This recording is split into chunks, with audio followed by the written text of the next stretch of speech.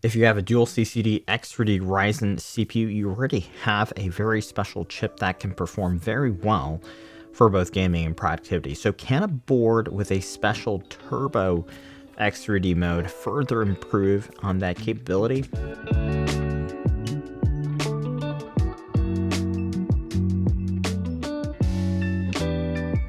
Welcome to Machines and More. So this is the build that I tested the Noctua 5080 with, and with that SSUPD Xhuttle build, I used Gigabyte's X870E Aorus Pro X3D ICE motherboard. This is an ATX board with the highest level chipset for AMD AM5 socket CPUs that has an interesting feature set.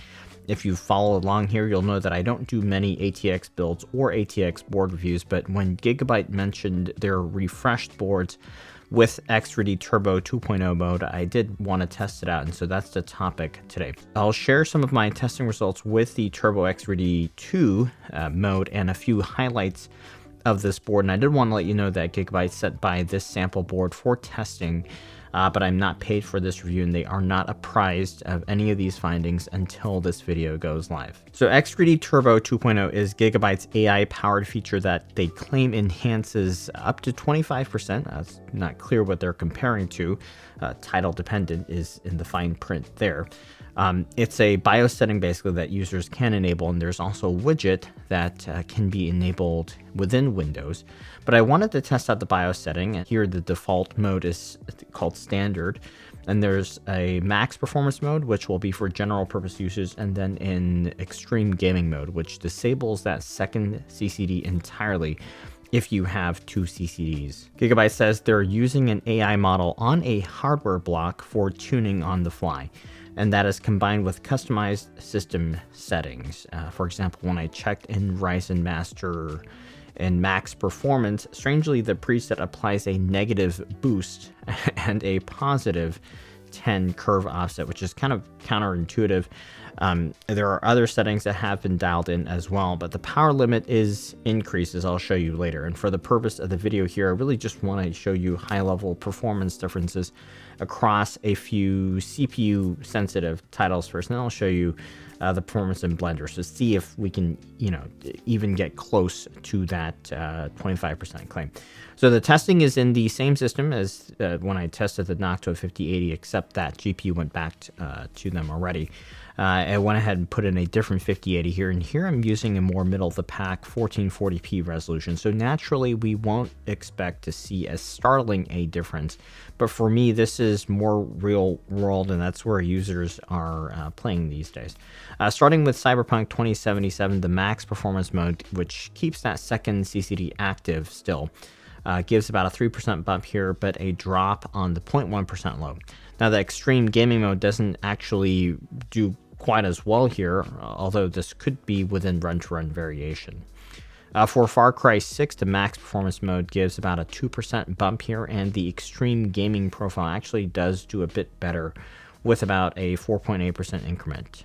For Monster Hunter Wilds, the max performance gives about a 3% bump, and the extreme gaming mode here actually is performing worse than the default. In a productivity task like Blender, because this is 9950 X3D here, the max performance mode does in fact deliver about a 5% lower render time, and obviously with a CCD disabled, the extreme gaming mode just really isn't meant for that kind of usage. So the 25% number, again, I don't know exactly what they're referencing, but I think more realistically, if you use that max performance mode, you might get 1 to 4% bumps. I do find that extreme gaming mode a little bit odd, though, because on one hand, the reason that users get a dual CCD X3D CPU so that they can harness the full power of a 9950X plus have the gaming ability of a 9800 X3D. So to disable a CCD entirely does seem kind of wasteful, at minimum inconvenient, but not to mention kind of mixed results. And for the most part, I think when the 9950 X3D launched, the new chipset driver, for the most part, worked well enough to optimize gaming loads for one CCD. So with that working okay, I really wouldn't go ahead and enable this setting on a 9950 X3D system. Now, it does do one thing though. If you're power sensitive, turning off that second CCD does save quite a bit of power in gaming. The max performance setting might be interesting to some users though. It's basically or practically a one-click OC option. In Blender, this setting increased the power to a full 250 watts versus the default 238 or so. But as I mentioned before, it is doing that and running it at a lower clock speed, strangely. So I'm not sure if that's for stability purposes. That's a 5% increase for 5% lower render time, which is not terrible, but you can usually optimize a bit better. As an example, just setting a -20 curve offset plus lifting that boost ceiling 150, I improved my blender time by about 1.5%, but that is with 15% less power than stock though. So long story short on that one is, if you want a quick preset that gives you a small boost and you don't care too much about increased power draw or efficiency on the CPU, that max performance mode is a simple OC. If you do spend the time to manually tune your CPU, even a quick one, you can oftentimes and usually get better results.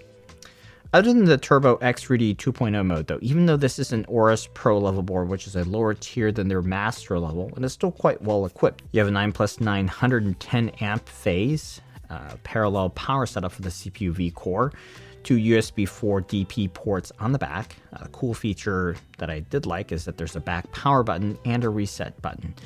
5G Ethernet, 4 M.2 ports. Overall, I think it's a really good looking board. And with the price stabilizing at around $300 US, I think this is a very good choice for a white build where you don't necessarily need the best, but you still want reliable power delivery, and where you don't care too much about the lighting. You know, it's just a light up logo over the I/O heatsink here. Overall, I was impressed by the board here. It's an interesting feature, but just don't expect any miracles with the X3D Turbo 2.0 mode. So if you enjoyed that, please give a like. Make sure to subscribe to the channel for more content like this. Links are down below. And big thanks for watching today.